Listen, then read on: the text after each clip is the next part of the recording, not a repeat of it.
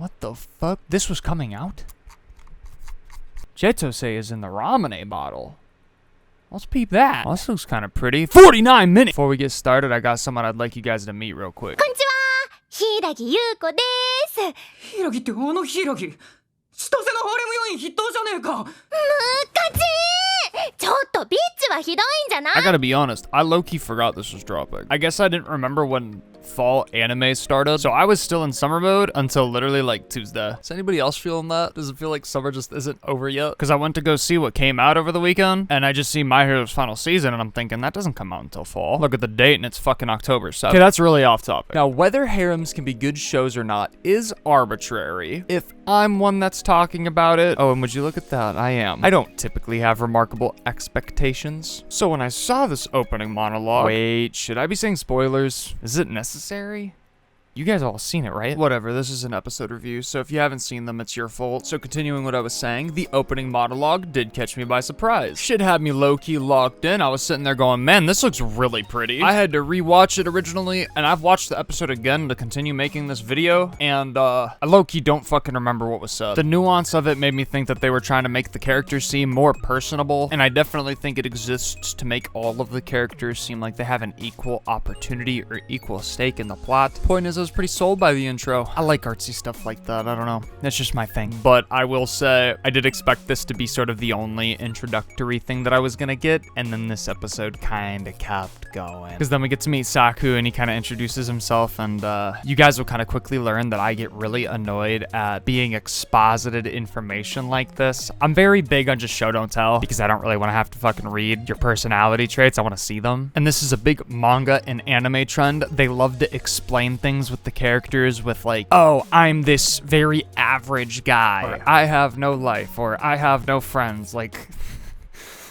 Okay. And I mean, I guess in this case, he's being like, I'm the super above average looking guy. I'm super athletic and handsome and all this bullshit. But that doesn't really help, mainly because I don't really care. Again, I don't want you to tell me. They also do this with the side characters, which just gets really annoying. Specifically the girls in romance manga. Like, oh, this is the school idol, or this is our school's #1 prettiest girl. I don't care.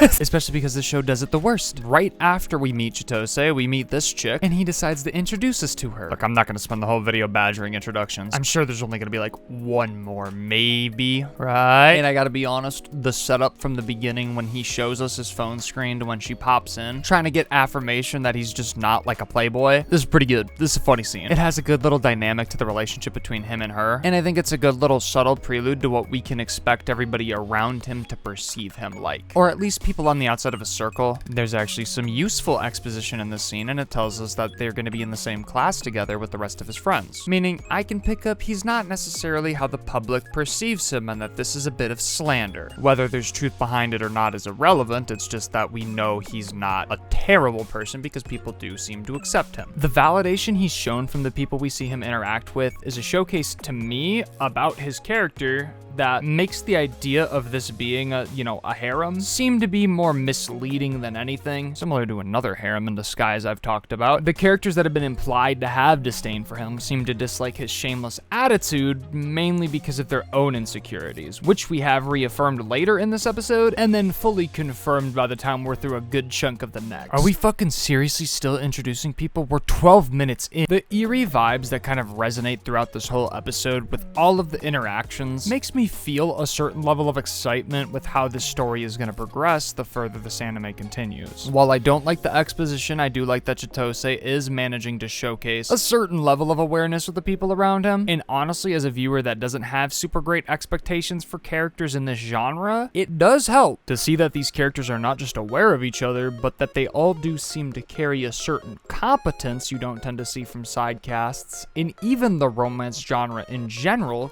gets me just all giddy. Whether the writing keeps to its implications is obviously something I don't know, but I'm not reading the light novel or this ugly fuck-ass manga. But I'm a fan of the setup so far, which does include the interactions up to this point, while I will admit could be abbreviated, and the introductions could be straight up removed. It's nice seeing how Chitose is perceiving his surroundings. It gives us his lens without revealing everything from his point of view, and letting us build on that lens with how he wants to live a beautiful life across episodes 1 and 2. Clearly we have a lot of context clues with how all of these characters characters seem to like and dislike him, and how some of his reputation that we're shown might be built in a way that is maybe not as golden boy as we're led to believe, but that some of his persona is molded in a way that is probably most convenient for that beautiful life he wants to live. それが最も美しい正解なんだと信じて Because by the time we get to this final scene, I was fully on board for what bro's about. Dude stands on business like rent is due. This stuff right here, that's that good shit. That show don't tell I've been ragging about the whole time. We finally get to see for bro that push come to shove, he's not pushing unless it's weight, cause he stays shoving. Saku, run them ones Chitose. Bro's here to run a train, a fade, and we not stopping at third cause we go into home plate. I fully believe this didn't need to be a 30-minute episode. Thank God it wasn't 50. They just had some weird stuff at the end that I didn't get the footage for, nor did I watch it. I think it was just promoting the show, but I don't mind slow burns. Like, that's probably one of my more favorite styles of storytelling. I just prefer when the burn is in service of giving me clues in areas of a series or movie or whatever type of fiction we're going through that isn't super necessary, because then I'm not fully paying attention. So if this show is pretty much using character introductions to provide me context clues, I'm gonna just push my goalpost, because that's just a dumb way to do it. Episode 2 at least started making shit shake, which I needed hella bad, because the first episode had a fetish for intro glazing or some shit, bro. I don't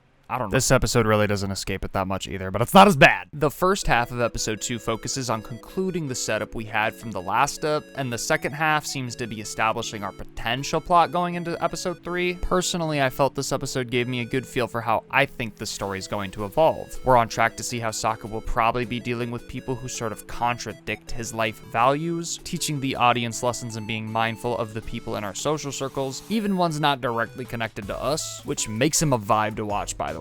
I like that Saku attempts to understand just exactly what Biggie over here was talking about when it comes to his whack-ass light novels. He wanted to prove his point, and he wanted to do it convincingly. The way he uses this interaction to bait not only his audience, but the audience with the sob story of how he became who he is was such a valid touch to what kind of character this is. And I'm gonna bet that he's someone who lies with half-truths. And if that's true, this will make for a hella exciting development of this character for when... I guess I should probably say let me say I hope the development goes in the direction where we find someone who contradicts him wholly in the reverse sense, where he has to confront the fact that he's playing a facade. Not entirely a facade, but just like certain aspects of him are sort of built on false pretenses, I guess. Like, he's not 100% who he says or thinks that he is. I just think that would be a fun conflict for him to resolve if that's true. That's probably not how it's gonna go, but I think it'd be cool. Needless to say, I'm excited for this episode 3, and the fact that season 2 is already confirmed, lucky us. But I would love to hear what you guys thought so far if you haven't read the novel, because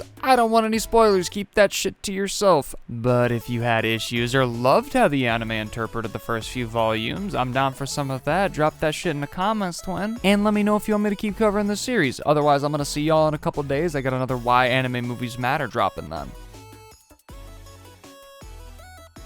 Now, whether good harems can be good did I just say whether good harem? So we're gonna have a little cinnamon